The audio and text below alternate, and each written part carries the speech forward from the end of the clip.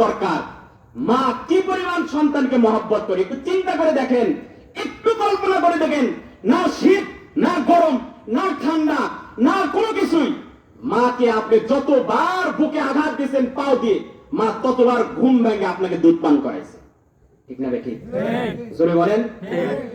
জীবনের মূল কষ্ট মায়ের প্রসব বেদনায়,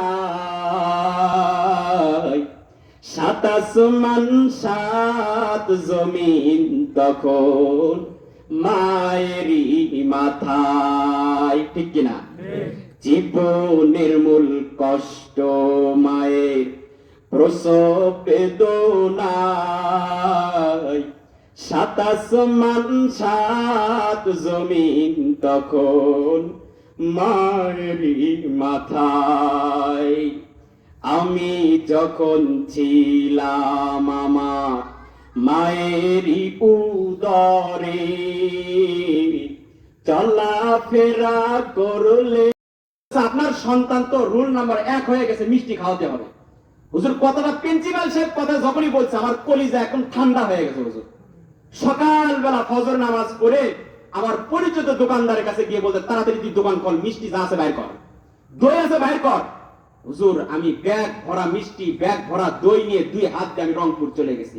কলিজার টুকরা সন্তান আমার এক ভুল করছে।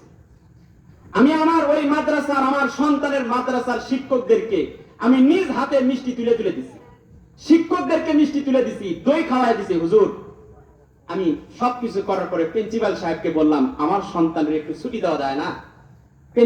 প্রিন্সিপাল সাহেব বললো, কোনো সমস্যা না, আপনার সন্তানকে নিয়ে যান। হুজুর আমি আমার কলিজার টুকরা সন্তানের বাড়ি নিয়ে আসলাম। বাড়ি নিয়ে আসার পর এক পর্যায়ে কোনো একটা কাজে শুধুই মাত্র একটা শাসন করছে। হুজুর আর বেশি কিছু না, শুধু একটা শাসন করছে। হুজুর আমার টাকার অভাব নাই, আমি এক সময় বাদাম বিক্রি করতাম রেল স্টেশনে। আজকে যে বিল্ডিং এর নিচে আছেন হুজুর, এই বিল্ডিংটা আমার।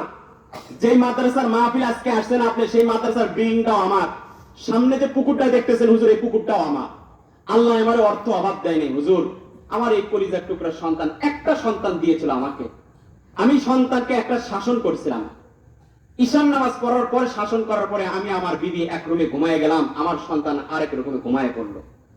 হুজুর যখন ঘুমায় পড়ছি, সকালবেলা ফজর নামাজের সময় হয়ে গেছে। আমি ফজর নামাজ পড়তে গেছি, আমার স্ত্রী বিবি ঘরের ভিতরে ফজর নামাজ আদায় করছে।